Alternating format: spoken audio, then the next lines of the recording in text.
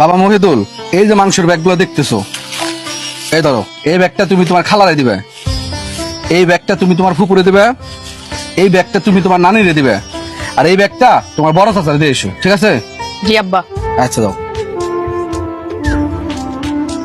কে আলিম, কোথা থেকে আসলি?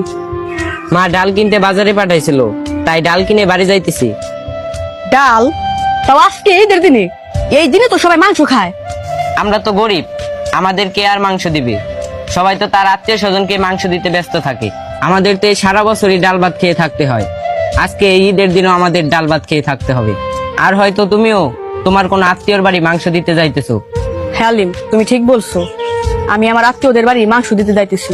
ঠিক আছে, তুমি যাও, দেরি করলে তোমার মাংস নষ্ট হয়ে যেতে পারে।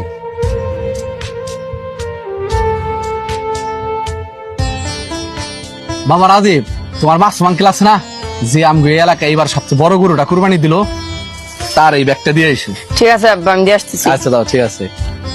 কিরে বাবা, মাংসের ব্যাগগুলো সবাই দিয়ে আইছো তো? হ্যাঁ আব্বা, সবার দিয়ে আইছি। কি বাবা, তুমি এমন করতেছো কেন? তোমার কিছু হয়েছে? কিছু বলবো আমারে? আব্বা, রাস্তাতে যাওয়ার সময় আলিমের সাথে দেখা, ওর হাতে দেখলাম ডাউলের ব্যাগ। ঈদের একটা দিনেও ওরা সবাই ডাল ভাত খেয়ে থাকবে। আব্বা, আমি শুনেছিলাম কুরবানিতে গরিবদের হক থাকে, কিন্তু আমরা তো প্রতি বছর শুধু আমাদের আত্মীয়দেরই মাংস দিয়ে আসি। কুরবানি মানে হচ্ছে গরিব ও অসহায় মানুষের মধ্যে মাংস ভাগাভাগি করা। আর আব্বা, কুরবানির মাংস যেন ওই সব লোকই পায় যারা এর প্রকৃত হকদার। বাবা, তুই ঠিক কথা বলছস।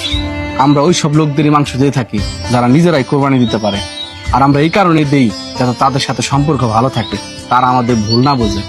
কিন্তু তুই আমার চোখ খুলে দিছস। এই নে বাবা, এই মাংসের ব্যাগটা আলিমের বাসায় দিয়ে আয়। ঠিক আছে আব্বা। আচ্ছা যা।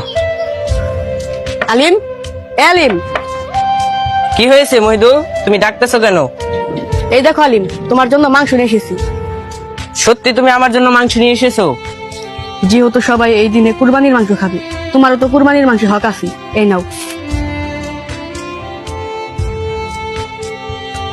মনে রাখবেন, কোরবানির মাংসে গরিব ও অসহায় মানুষের অধিকার রয়েছে। ঈদের আনন্দ তখনই পূর্ণতা পায় যখন সে আনন্দ সবার ঘরে পৌঁছে যায়। তাই আসুন, এইবারের কোরবানিতে আমরা শুধু নিজেদের মানুষদের নয়, সেই মানুষগুলোর কথাও ভাবি যারা সারা বছর অপেক্ষা করে ঈদের এক টুকরা মাংসের জন্য।